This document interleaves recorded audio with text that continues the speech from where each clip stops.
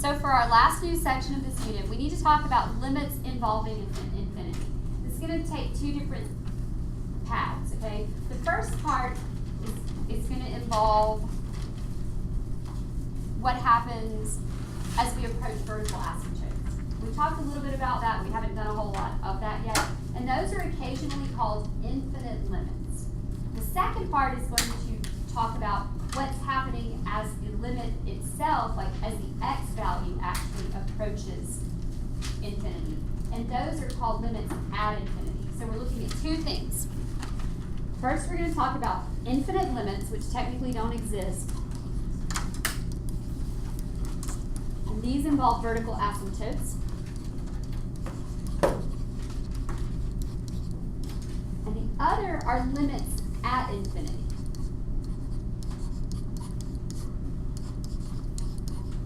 So that's what happens on the ends of your function as x approaches infinity or negative infinity.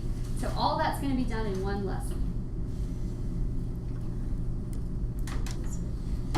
Okay, so sometimes we refer to limits of functions that increase or decrease without bound at vertical asymptotes as infinite limits, even though technically they do not exist.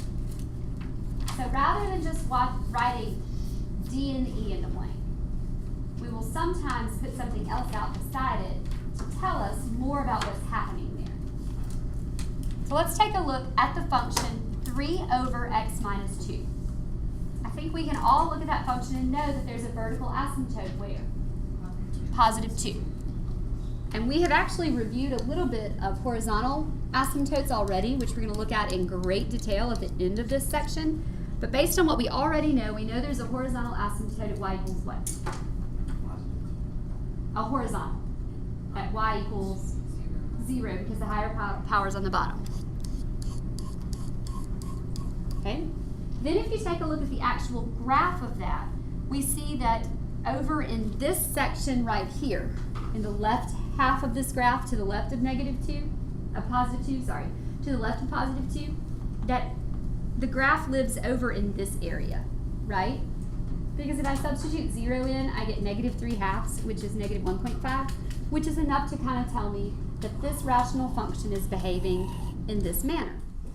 But if I put another number in, like positive 3, I get 3 over 1, which is 3. And that's enough to tell me that in this section of the graph, it's behaving like this. Does that make sense, you guys? Okay. So it really does help to look at these graphically. Let's talk about the limit as x approaches 2 from the left-hand side. That would be over in this half of the graph, right? Do we agree that the limit does not exist because it's approaching a vertical asymptote? And the reason it doesn't exist is because the y values are we say they're decreasing without bound. They're getting bigger and bigger but more negative. Make sense? Okay, so technically speaking, this limit does not exist. But from now on, when we hit a limit that approaches a vertical asymptote, I want to know why. And you can tell me why by just putting beside it negative infinity. Some books will actually let you enter that as the answer, like not that does not exist. It depends on what publisher you end up using for your college calculus class. Like some people will completely just say that this limit equals negative infinity. Some books and publishing companies are not comfortable with that.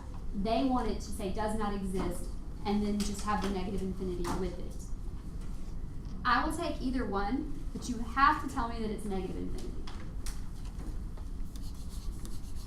as well. Make sense? Okay, let's talk about x as it approaches 2 from the right-hand side.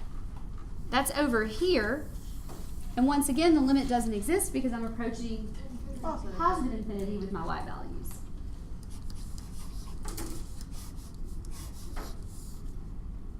Now let's talk about the limit, the actual two-sided limit. We know it doesn't exist, but can we say it's infinity or negative infinity? Why not? Because both. Because it's both, right. One's going to negative infinity and one's going to positive infinity. And you can't say really both. So what we say, we just simply say it does not exist at all. It would be like plus or minus.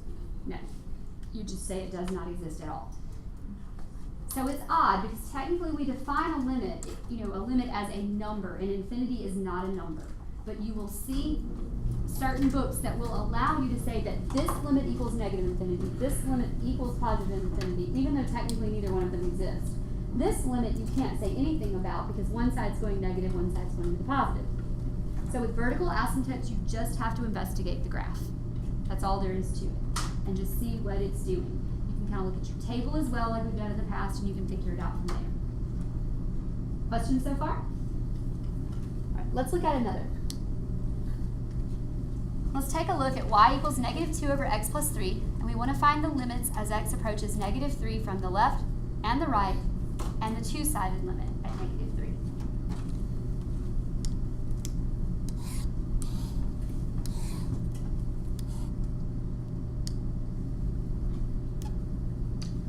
So, negative 3 is our vertical asymptote.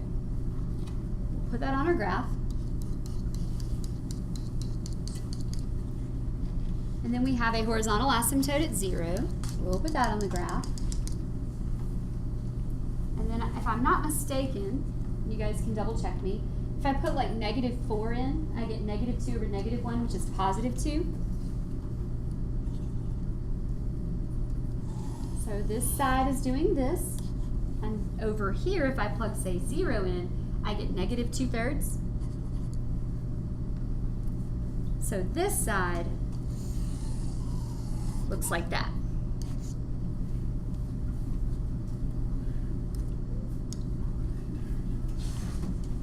So let's talk about the limit as x approaches 3 from the left. Negative 3 from the left.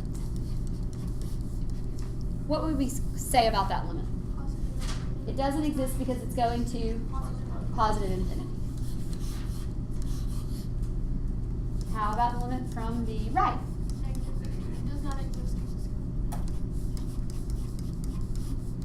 It doesn't exist because it's approaching negative infinity. And the two-sided limit, because they're not both approaching the same thing, we say that it just simply does not exist.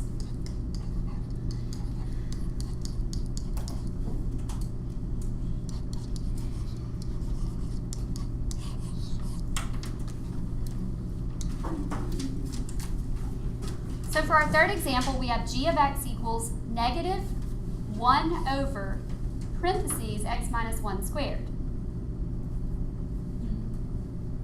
Where's the vertical asymptote?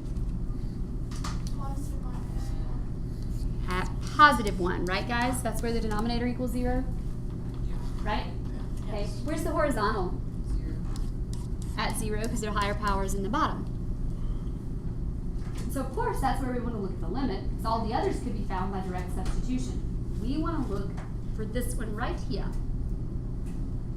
As we approach 1 from the left, from the right, and the two-sided limit. All right, now,